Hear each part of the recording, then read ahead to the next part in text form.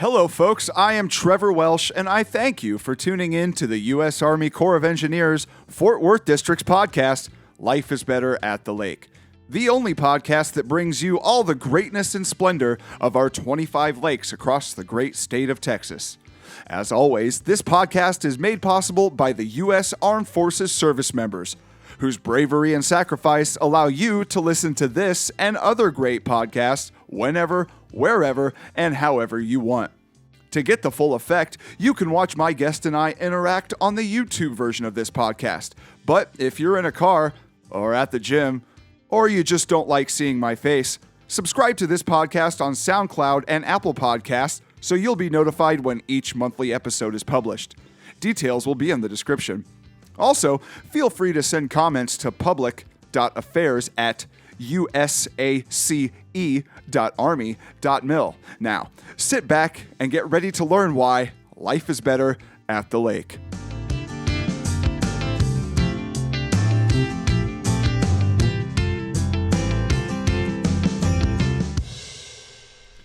Hey folks, welcome back to Life is Better at the Lake. I'm your social media manager, Trevor Welsh.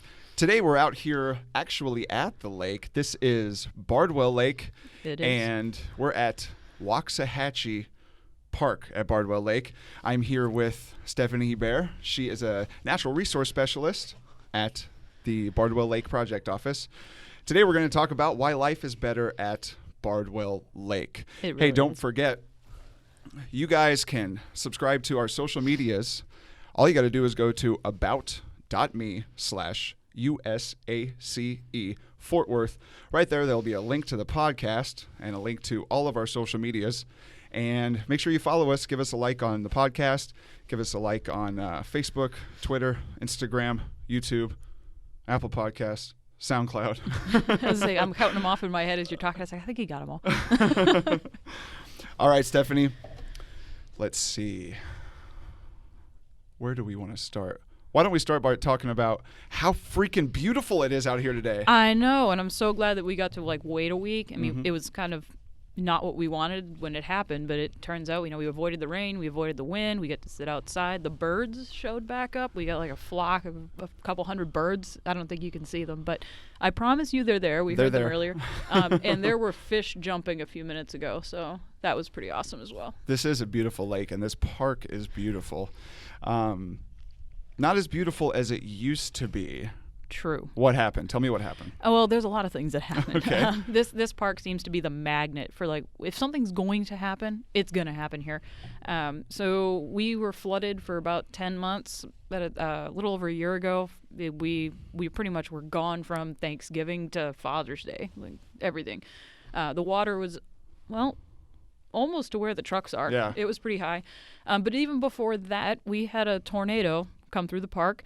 And it lifted not too far from where we're sitting. It just a few sites that away. Not the pull-through campsites that we're at, but the other campsites, right? Yeah, well, it hit those. It hit the dumpster at the gate, and then it hit those sites on the other loop, hopped again, and it actually took two campers off their stands in the sites right behind us before it lifted off, and it went over the site that we're sitting at. So since that happened, you and the other guys at the lake office have been out here chopping wood and trying to clear it out because you guys are opening soon, right? Yeah, we are opening on the 1st of April at this park. So we're looking at a little over 30 days, and that's a ton of work. We already have between 5,000 and 6,000 labor hours between ranger staff, volunteers, even Jeremy, the lake manager. He came out, and he was hands-on.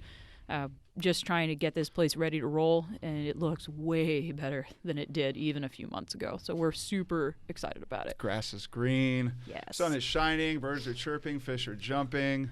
It's awesome out here. Well, all right. Let's get to know a little bit about Stephanie Hebert. Stephanie Hebert, right? A bear. A bear. A bear. Like a bear. And that's French. It certainly is. That's French. Yep. My husband's from South Louisiana, so. And where are you from? I'm from just north of Boston, a town called Haverhill, Massachusetts, and you could throw a rock pretty much out of my backyard and hit the state of New Hampshire, and about 20 miles in from the coast, so a lot different place, lots of different things happening up there. But I made a bunch of moves across the country and landed myself in Texas about 2.5 years ago. And what did you do before that? Now, what I like to do with my guests here on Life is Better at the Lake is 2 or 3 weeks before we film the podcast, we'll go out to lunch or something. They'll show me around the lake, the different lake parks, and that's in an effort to get to know them so that when we're sitting down here to film the podcast, it's not like, hey, nice to meet you, and there's no backstory. Right. So I learned a lot about Stephanie. That was about 3 weeks ago now. Yeah, something like that. She's got, I think one of the most impressive things that she told me is she's got a master's degree. Is that right? That is true. Yeah, In I got what? wildlife science and conservation, and that's from New Mexico State University. Then I got my bachelor's just outside of Duluth in this little town called Ashland, Wisconsin, at Northland College, and that's in natural resources conservation.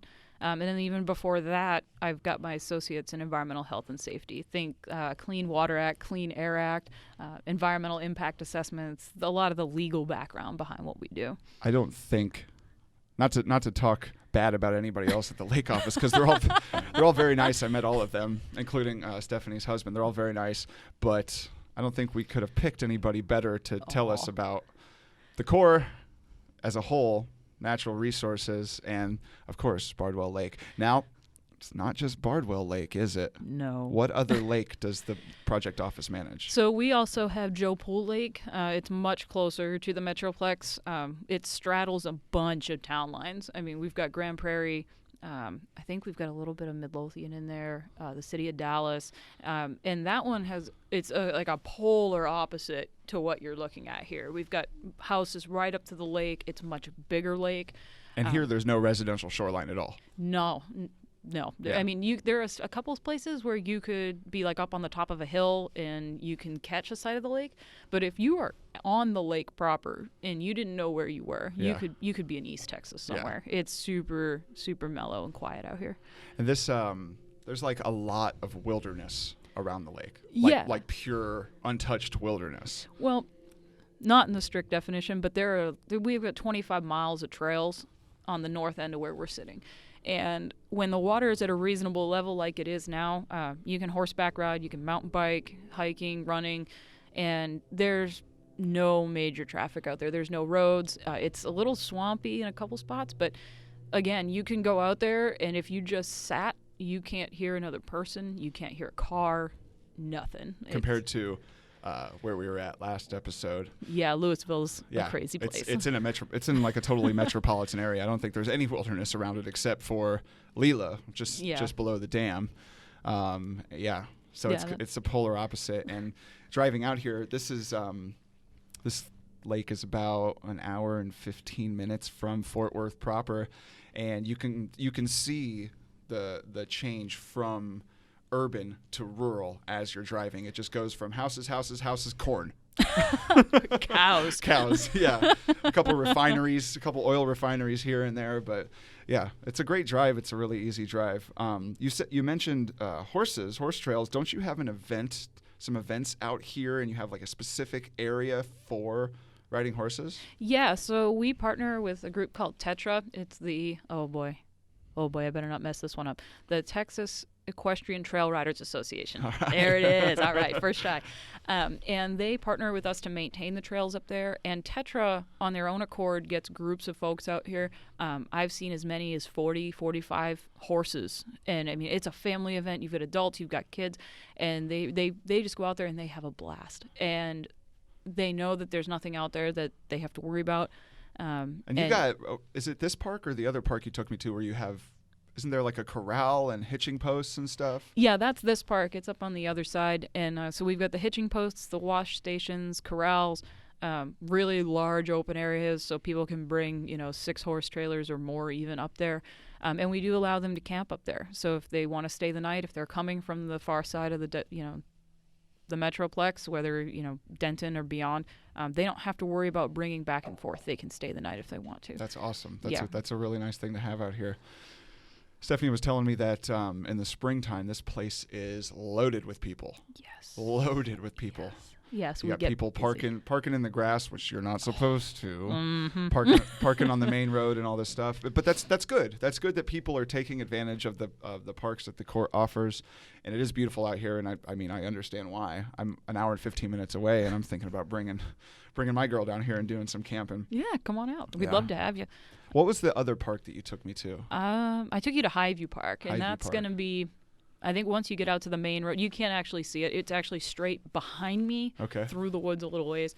And it's our most popular park. It's what you think of when you see a lot of core parks.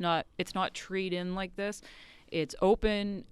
That's where our big swim beach is at. So we get a lot of folks that come out and picnic, bring the kids.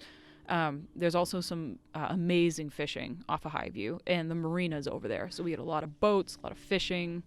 And you got how many parks do you have? We have 3 camping parks, but we have 5 boat ramps, Okay. like locations available. So this is obviously Camping Park. We have Highview Park and Mott Park.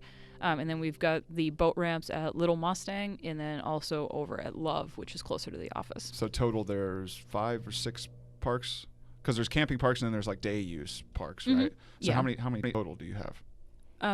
Well, 5. So 5. we've got the 3 camping parks, and then I guess there'd be 6 because Observation Point is Okay. considered a park. And there's day use and stuff out there, fishing, that sort of thing. Right. Okay. So your husband was He was Air Force for 10 years. 10 years. Yeah, almost 11. Wow.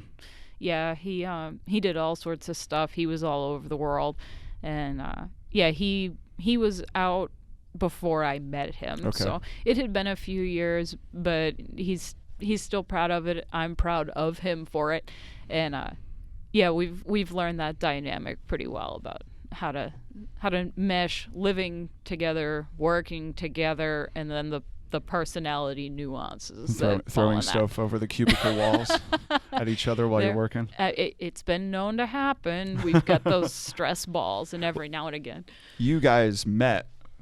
You were both working for the Corps when you met. We were working for the Bureau of Reclamation Okay. out on the Rio Grande in New Mexico. And, Well, it makes sense. You guys met while you were working, so it's easy to work together because you worked together and then you got together. Right. So it kind of goes hand in hand. That's cool. That's yeah, cool. it was different, that's for sure. And you were in White Sands at one point, weren't you? No, he was a was. contractor out there for a little while, and it was actually while he was doing that he really developed his passion for the outdoors, and he also has a bachelor's in wildlife and is also a park ranger out here. So you'll see the two of us, not necessarily at the same time, but you'll see us riding around together and doing patrols and all sorts of stuff.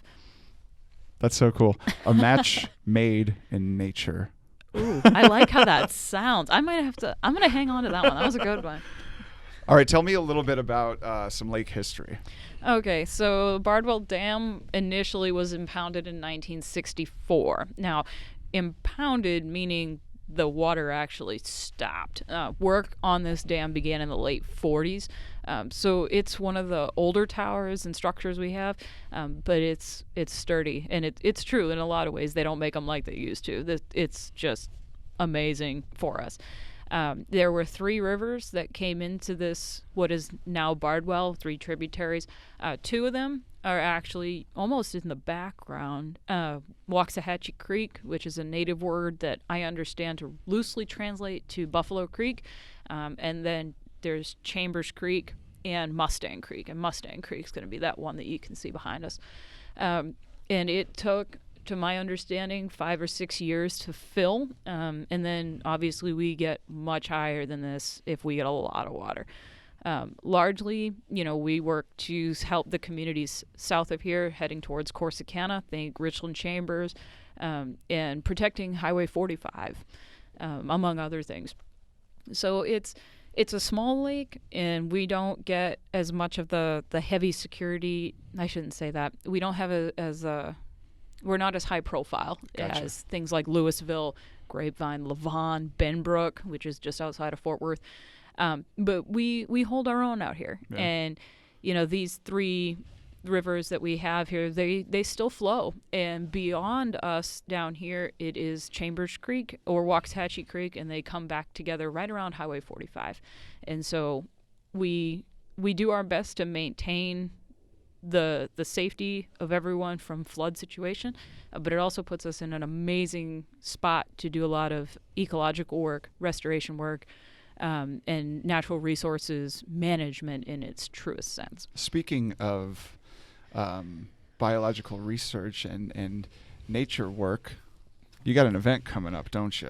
Yes, I do. Tell me about that. Okay, so I don't know how many people are familiar with things called bio-blitzes. And coming from a wildlife background, we do these all the time. I say all the time, they're a ton of work, but when you get it right, it's just amazing from a scientific, nerdy sort of a standpoint. Well, coming from somebody that has a master's in that field. Yeah. I mean, if you're into data and you're into the outdoors, you can't beat it. And basically what it is, it's a huge volunteer effort over a short period of time, in our case, about a week. And volunteers, the public, anybody that's willing can come on out. And we're documenting any living thing, whether it's a tree, a bird, an animal, grasses. We have a mycology team coming out from south of San Antonio, the Central Texas Mycological Society, and they're going to be identifying mushrooms, like everything. And you know what they call the guys in that group? No. They call them fun guys. Oh God. Wow, I walked right into that. You opened the door and I went right through it. All right. The joke is over. Go ahead. Okay. But yeah, so over the course of those 7 days, we'll be using an app called iNaturalist, which is super easy. If you can take a picture and you can send a text message, you can use this app. It's free, it's straightforward, it's wonderful.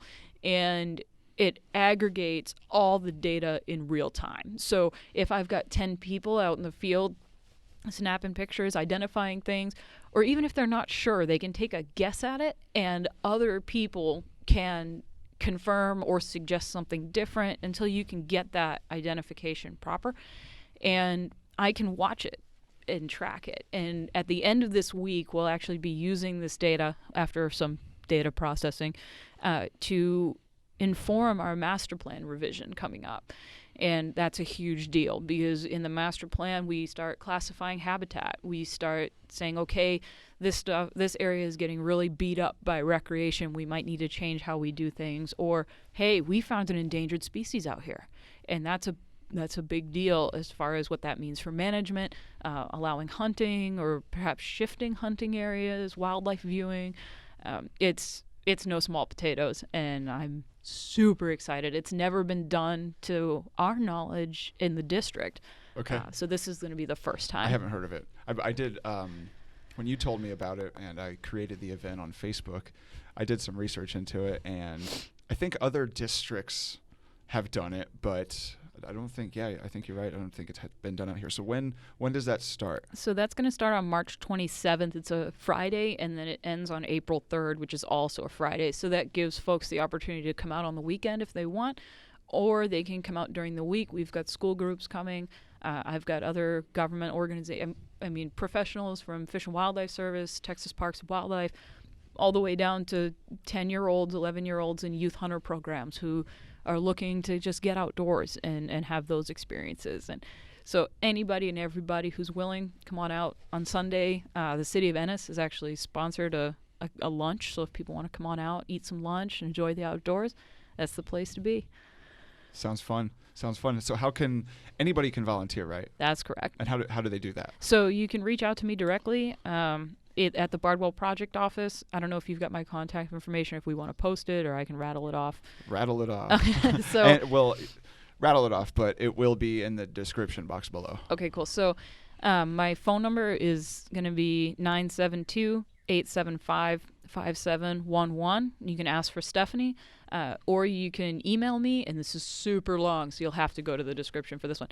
It's Stephanie, STEPHANIE .m.Hebert, which is spelled nothing like it sounds, HEBERT at USACE.Army.mil. Yes. But All yeah, right. so reach out to me at any time. I'm trying to get a good number of my head counts in, no later than March 20th. So if you're super interested, please let me know. That way I can make sure that we've got availability and I can schedule you in. Yeah. And then you can also, there is an event on our Facebook page. You can go to facebook.com/USACE Fort Worth and just click on the events there, and you can find out all the details for this BioBlitz. And that app is iNaturalist. Right. And you can get that from the App Store if you want to download that and have some fun playing around with it before you come out to the BioBlitz. Yeah, for sure. And it's good for iPhone or Apple or Android. It does work on tablets if you prefer to use a tablet. Some folks, for accessibility, that totally works. And you do not need to have service to use it. If you can collect all of your observations and then get to a Wi-Fi source if you want to, or if some folks don't have unlimited data, get on the Wi-Fi and it will upload and sync for you, so you don't have to worry about anything like that. Awesome. Let's talk a little bit about the lake, the parks, and the lake office. Okay. What I want to highlight is sort of what I did in the last episode. How many people do you have at the lake office? Oh, well, 6 of us. 6. And then one regional employee that sits out of the office as well. Okay. And Not you've many. got 6 parks. Yeah. And this one's pretty big. This park's pretty big. The other one that you took me to is pretty big. Mm-hmm. So you got 6 big parks that are very heavily used. Mm-hmm. Obviously, 6 people is not enough to take care of all the parks. Yeah, it's kind of tricky at that point. Yeah. For so sure. just like a lot of other core lakes, like Louisville, the people that man the gates and sort of watch over the park, who are they? They are my contractors. They are contracted gate attendants. And we just actually had a solicitation cycle. Here we go. For those positions. And they really are our eyes and ears when we aren't here, because we don't assign specific parks to specific folks. We do the best we can. And so the gate attendants really keep an eye on who's coming in, who's coming out, security, and they drive through these parks and make sure that everybody's okay. Yeah. 9 times out of 10, when a ranger is called to a situation, it's because the gate attendants have said, hey, we need support out here. We've got something going on. Beyond that, they work with their park hosts who are volunteers, which we are looking for park hosts if that's something that anyone's interested to do. We've got several open spots. #plug. #shameless promotion. And they really work together to fill those gaps where ranger staff can't be, or where management might not be able to see because they're doing other things. Right. Yeah. So when I came out and had lunch with Stephanie a few weeks ago, she had just finished issuing cease and that letter. desist. Yeah. Okay. Yeah, that was good. So the gate attendants and the people that you just talked about, they're your day-to-day eyes and ears, because you've got stuff going on like that you had to do, or how many other hundreds of miles of coastline that aren't parks that you guys have to watch over. Mm-hmm. So tell me about what happened that day. Well, that was a day. So we have landowners around us that have properties that are reasonably close to the shore, but they can't necessarily see the lake from their house. The Corps when they were building the dam and they were getting the property purchasing and eminent domain stuff taken care of, that property became ours, or it went under easement, meaning they can't do anything with it, even though by deed they own that land. They can't modify it in any way. Well, a lot of folks like to cut the trees down because they want a lake view, and that's just not okay. And Justin was actually driving around, coming over the bridge, and he stopped and he looked, and as he tells it to me, he's like, those trees look funny. I'm like, that wasn't like that before. And so we were working with that, trying to figure out exactly what it looked like beforehand, what it looks like now, finding those survey markers. And it's a matter of reaching out to those landowners and politely, yet sternly, requesting that they not do this. Right. because we really do not want to get Office of Council involved. Nobody wants that. Right. So thankfully, we haven't seen any more activity out there on that, and hopefully it stays that way. And there is a proper way to go about modifying that land and those trees. But Because that certainly wasn't it. I mean, the trees and the grasses and all that vegetation is part of an ecosystem and part of a shoreline management program. So it's like, it's difficult maybe for some people that live close to the lake to understand why. Like, why can't, it's just some trees, it's just some branches, I just want to look at the lake. Well, you might be endangering a habitat of some bird or squirrel or you never know. Yeah. Which is why those programs, those policies are in place. Right, and even beyond that, something that, we see the trees above the ground, but in a lot of cases, what you see above the ground, just flip it underneath the ground, and that's what's underneath you. And that holds not only the soil in place, it keeps the water from washing the land up, but it also holds a ton of water. Right. So when we get into these high water situations, or when, like last week, we got almost a little over 5 inches of rain. Yeah. We were supposed to film last week. And it didn't happen. No, it was cold and raining. And we wanted to be outside because it's beautiful out here. I know. There's no sense in being inside. Right. But we only came up a few feet from all that rain. And a lot of it is because of the tree cover that we have in the watershed area. So the land that drains into this basin, think of it as a bathtub, right? Everything that drains off the land and into the lake, there's a lot of plants and a lot of soil that can grab that water on the way. Right. Thirsty. They're thirsty plants.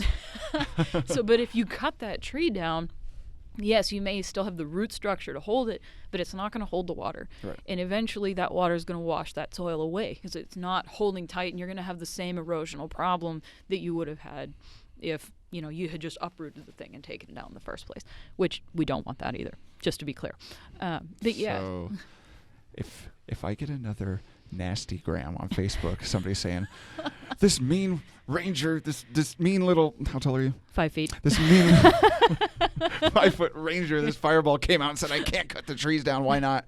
Well, there is a good reason for it. Yes. I mean, it goes to show that the job that you as a park ranger, natural resource specialist, the job that you have is so important, and only 6 of you out here for all this land to do it. Yeah. Right. So listen to them. They are the bosses out here.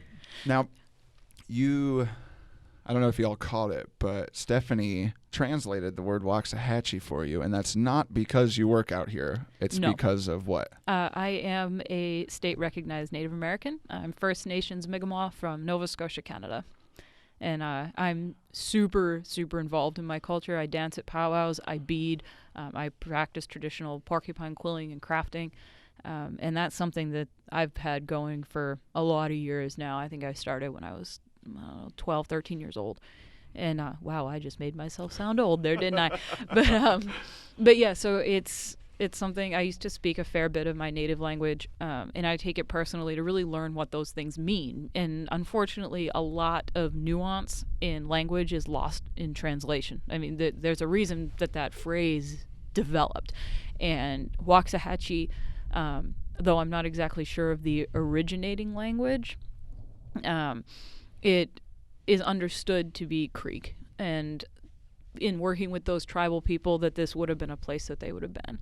And the tribal history in this area is rich. And even before the modern definition of tribe, there were native peoples here. I mean, we've got artifacts in the local area that were dated to about 11,000 years old. Wow. I mean, that's no joke. No, that's no joke. That's long ways ago. Yeah. And they were absolutely skilled hunters, and they knew their land, they knew their resources, and they really, at the end of the day, this was their home, and they would respect it. And as a native person in my position, those values still carry, and they weigh on me on a daily basis. Not only am I a land steward for the public, I mean, at the end of the day, it's your tax dollars paying my salary. So I have a duty and an obligation to protect this place, right, and to manage it and make sure that people aren't destroying it. Not just because it's your job.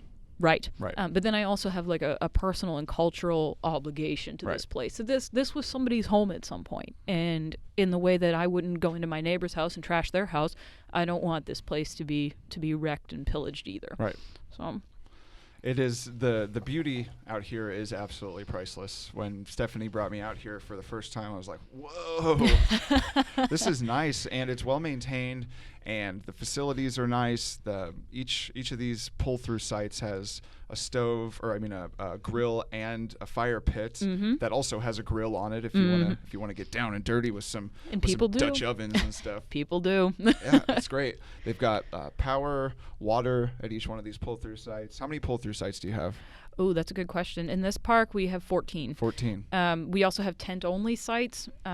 We also have a couple of pull-throughs. I think there's 4 at Mott Park as well. Okay. And we have 30-amp service and 50-amp service, so we can accommodate some of those bigger RVs that are coming through. And all the campsites have covers. And picnic tables. Yeah. So you got a place to sit, eat, get out of the sun.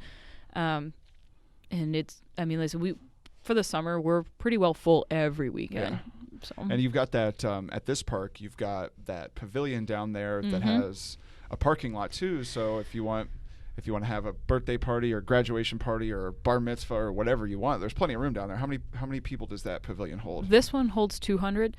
The one over at Love Park holds 250. And there's one at Mott also that holds 150. And those have sites where you can bring your RV. You can have several RVs, tents, and make a trip of it. There is a coyote over your shoulder. I'm not even joking. You see him? Yeah, I do. Yeah. Oh. He's like, never mind, I'm out. Yeah, so wildlife is definitely one of the biggest draws of the park here. And because we're surrounded by trees and woods on both sides, sometimes that happens. That's cool. Yeah. No, I'm not even joking that we have things like this out here. That just happened. We're just sitting here having a conversation. And all of a sudden, gosh darn wily coyotes coming up and interrupting us. You know what's really ironic is we have roadrunners here too. No, you don't. No, I swear to you, we do. Oh, that's awesome. Oh, and that's where he went running off to. No kidding. Yeah, and Geococcyx californicus. There you go. There's some Latin for you. That's the Latin name. Bless you. Yeah, that's the Latin name for your greater roadrunners, and we have 4 mated pairs in this park. Wow! Oh, that's so cool. Yeah. So, if you can't tell, that's what I get excited about. All right, folks, we're gonna take a short break. I'm gonna run after that coyote and see if I can take it home as a pet. Don't go anywhere. We'll be back in just a little bit.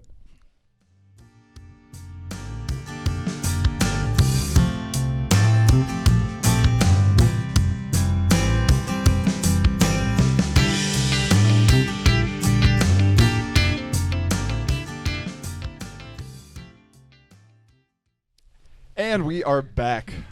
We didn't catch the coyote. No, he was long gone. He was long gone. Long gone. Speaking of coyotes and roadrunners and all kinds of other animals, what kind of animals do you see out here? A lot. A lot. Waxahachie Creek Park specifically, we've got like a ton of wildlife here. We've got a resident bobcat that you'll see him hanging around. We do have a breeding pair of bald eagles. We see them pretty regularly. In the osprey. And he's really cool. A lot of people, they look at him, what is that? I mean, he's about 3/4 the size of an eagle. He's huge.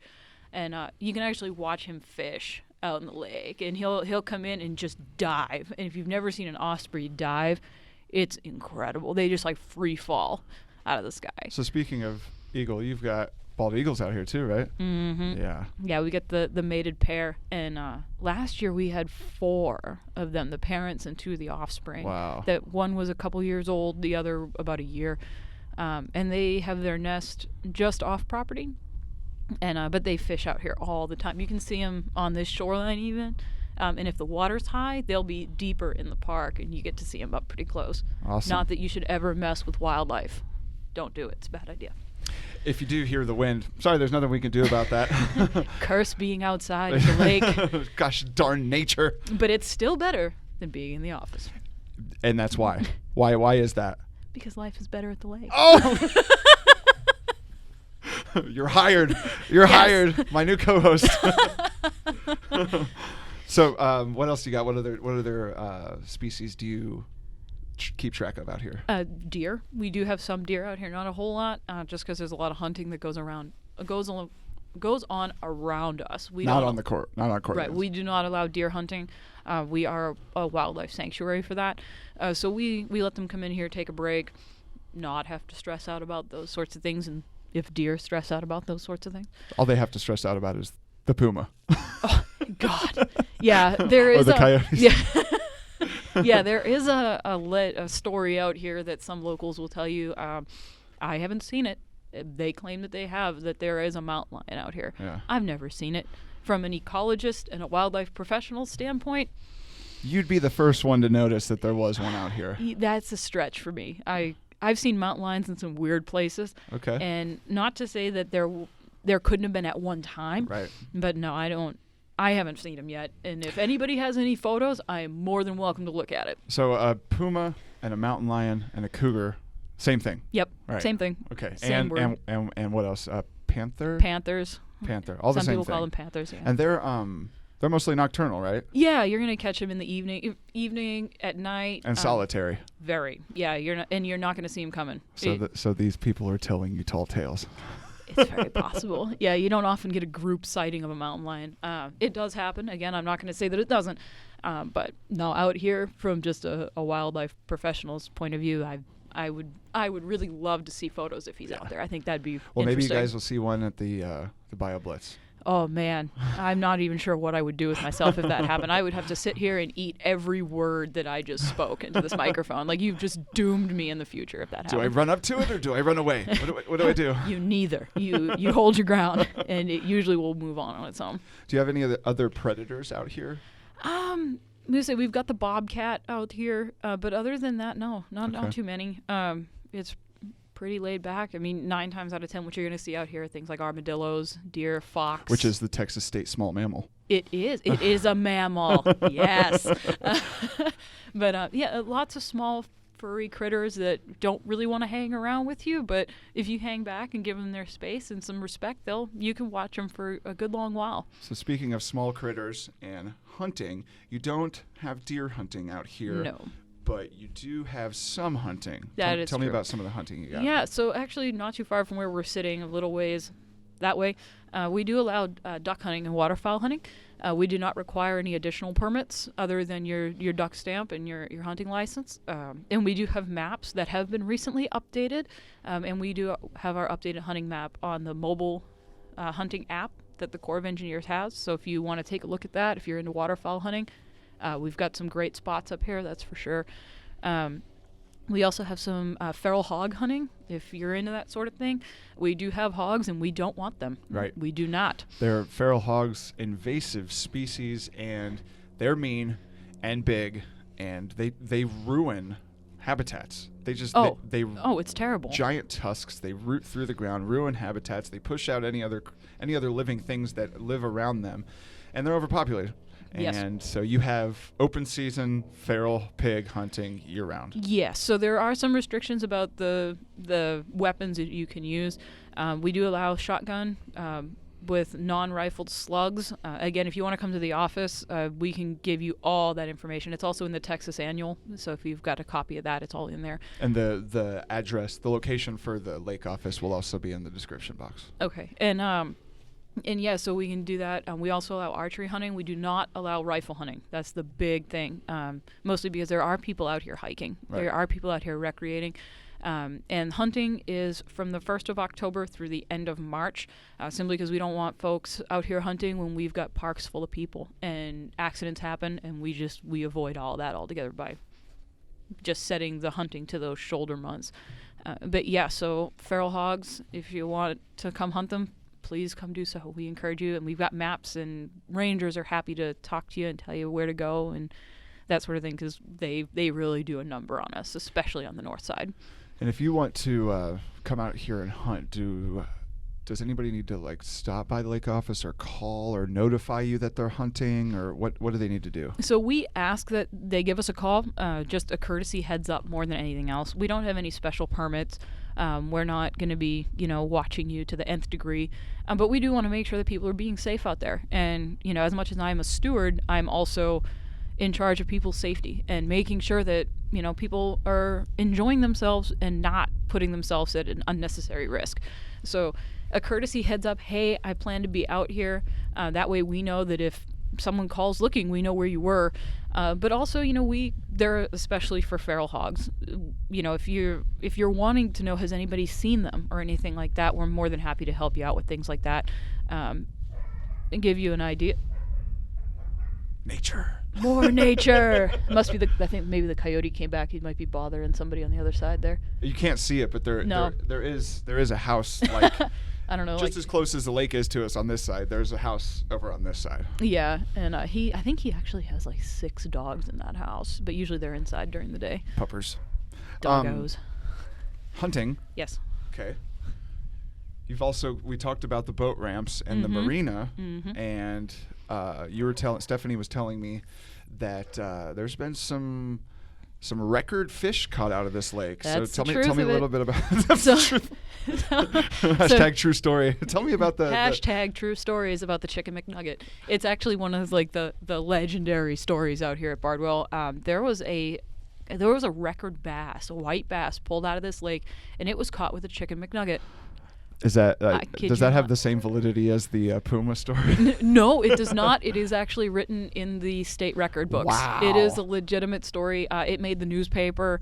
It's as exciting as things get. They caught a fish, and that's not the only account I've heard of people using Chicken McNuggets. Usually it's for catfish, though.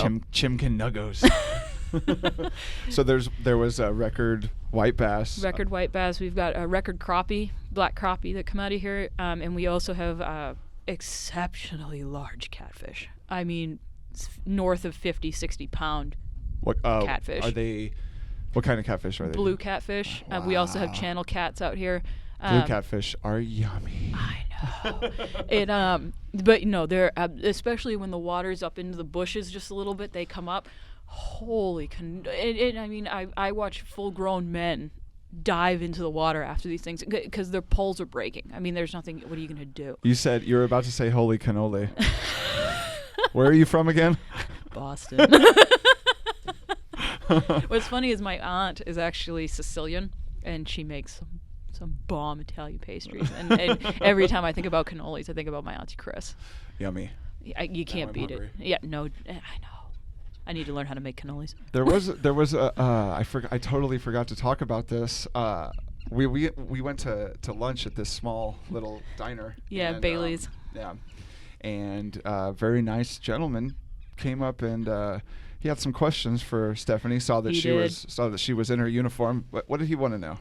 So he actually lives adjacent to this park, further than that house, a little further down that way, and he was asking me if there was any way that we could deal with the coyotes, which we just saw, because there's quite a few of them out here, and he was commenting that they're not afraid of him or his dogs or his presence. That can get dangerous. It can. It certainly can. And I was initially very concerned, especially because of where he is. I was like, oh no, like you don't want that. You really don't.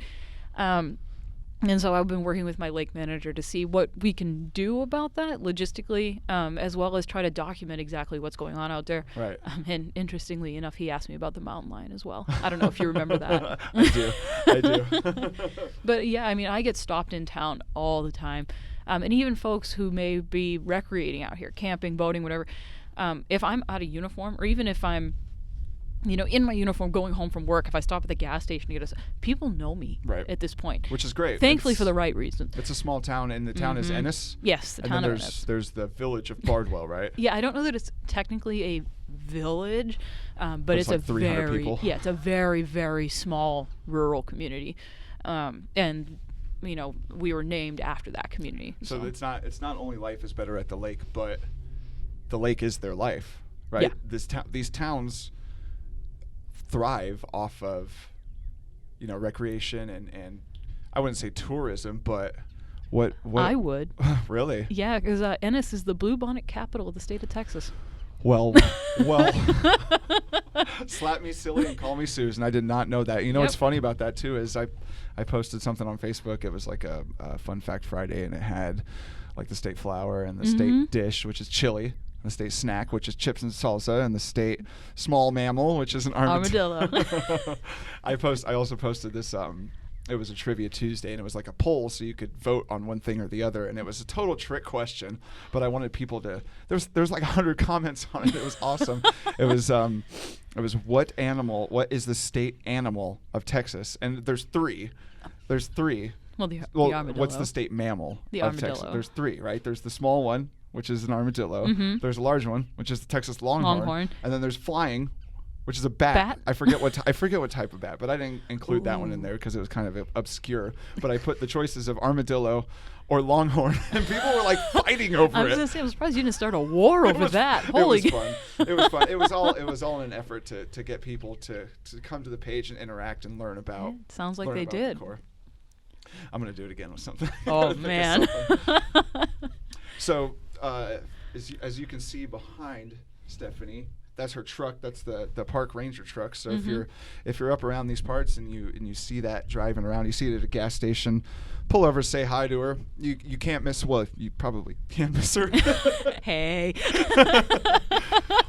And when we're done filming this podcast, we're going to go back to the lake office and stand in front of the lake sign like I did with Rob Jordan. We'll take a picture together. You're going to have to set that camera so far back because you're like going to cut my head off or cut your head off. There's no way around that. Oh, so you get to see the stature that we're talking about. If you're one of those people that are on SoundCloud or Apple Podcasts and you don't like tuning into the video, you got to tune into the video because it's beautiful out here, and you got to get the visual experience along with. It's true. Yeah. It's true. The visual really makes this place, and it's what keeps people. I mean, generations coming back. I've got people who remember coming here with their grandfather, or their dad, or their uncles, or their family outings. They've come from, all over the place because of what this lake is and how it looks and what we do. Memories are made out here. It's this true. Looks like a place where memories are made. It's true. Yep. I could see myself partying here this summer with my girl. Don't make me get the ticket book. I'll just show my Army ID. I think that's gonna wrap it up. Do you have anything else you want to talk about? No, but if you do have any questions, feel free to reach out to us at any time. We're here to help. We are stewards. You pay our salary at the end of the day, so we're here to answer your questions and make your stay here as enjoyable as we can. I had to wear I mean, it's cold out here, but it is pretty chilly. We were driving through, and I was like, I think when we film out here, I'll wear my camo jacket because it would look weird with Stephanie in her uniform and me in like a pea coat. I know. I broke out my field jacket, but in the summertime we have our gray uniform shirts on, and let's give a nice little treat to the viewers before we go. Go ahead and take your headphones off. I know what you're asking. Put the hat on. I don't mind my hat, but my sunglasses were under the hat. What's funny is that people joke that when I go through the effort to put the hat on, it's because something's happening, and because I'm only 5 feet tall, right. You can't see me, right. But people see the hat and they. There you go. That is a picture of the Core Park Ranger. There we are. If you're not tuning into the YouTube version, you gotta catch this. You're missing out. All right, folks, that's going to do us for Stephanie and myself here out at Bardwell Lake. Don't forget to check out the description box. We're going to have the contact information for Stephanie and the other folks there at the lake. We'll have a link to the Facebook event for the Bardwell Bio Blitz. There you go. Say that 10 Triple times B. fast. Hey, Better Business Bureau. What? No. I'm making a logo. I'm making a logo for the. Okay. I got some ideas. You got this now. All right. So yeah, don't forget about the Bio Blitz. That's your chance to come out and wander the park with the Rangers and the other organizations that are coming out and get your hands on that app, that iNaturalist app. Mm-hmm. And it's just a great way to kind of build some ownership within the community because this is a park that's managed by the Corps of Engineers, but it's your guys' park. That's right. All these parks, this whole lake, everything. So it's public land. It's here for you to enjoy. So get your app and get on out here. It's amazing out here. This has been so much fun. This is so much fun. Life is better out here. Life it is really better is. At the lake. I mean, what more could I ask for? You are doing your dream job. It ranks up there, that's for sure. I am too. There you go. All right, we're gonna take off. We're gonna go to another park, drive around a little bit, enjoy the nature. Make sure you tune in to this podcast on Apple Podcasts, SoundCloud, and YouTube. And you can find links to all the rest of our social media from about.me at USACE Fort Worth. Nope, that's wrong. That's not it. About.me / There you go. USACE Fort Worth. USACE Fort Worth. Until next time, until the next episode of Life is Better at the Lake, I'm Trevor Welsh, your social media manager. This is Stephanie Hebert. There you go. And we're going to go enjoy some nature at the lake. Take care, guys. Take care, guys.